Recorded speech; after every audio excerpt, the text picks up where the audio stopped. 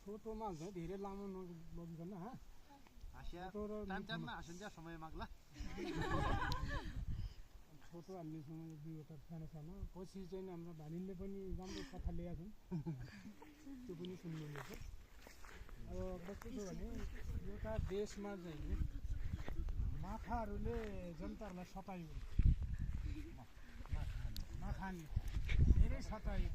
अब माछाहरूबाट वञ्चित नहुन सकेर त्यहाँको गाउँलेहरूले निवेदन दियो सरकारले स्वास्थ्यलाई निर्देशन गर्यो यो औषधि माछा मार्ने औषधि के पाइन्छ जनताहरूलाई दिने भने।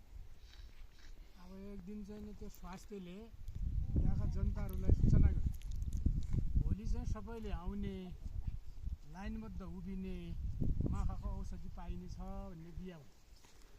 अब त्यहाँ लाइनमा चाहिँ भिड भयो धेरै त मिसिएर पनि त्यहाँ पाङ्गो भयो घायल भयो ठुलो लाइन भयो त्यहाँ। अब माछाको औषधि पाइन्छ रे हमारी भाषामा भन्नु नि खास मजा त हमारी भाषामा भयो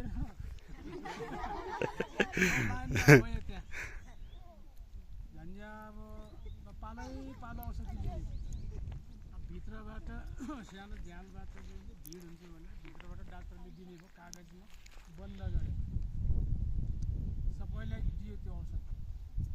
अब डाक्टरले के भन्यो भने यहाँ यो औषधि खोदुना हो यो घर लजायो यति बेला त घरमा पुगेको छ त्यति बेला मात्र खोल्यो बाटोमा खोल्यो भने यो उडेर औषधि खराब हुने हो। माछा मार्ने औषधिको त्यो छ लागेको बिसायो त्यो सब उड्यो हो पर्छ खोल्यो। अब घर लिएर खोल्यो सब घर पुग्यो सबैले एकैचोटि खोल्यो भने घरमा गाउँमा एका ठाउँमा मऱ्यो अर्का ठाउँमा जाने माछा एकैचोटि खोल्यो। अब घर आएपछि खोल्यो कागज खोलेर हेर्छ नि त उमा त दबाई सबाई त केही नै रहेछ हालेको के लेखेको रहेछ भनेपछि खाना खाने बेलामा दायाँ हाल्ने खाना खाने बायाँ हाल्ने माछा हकाउने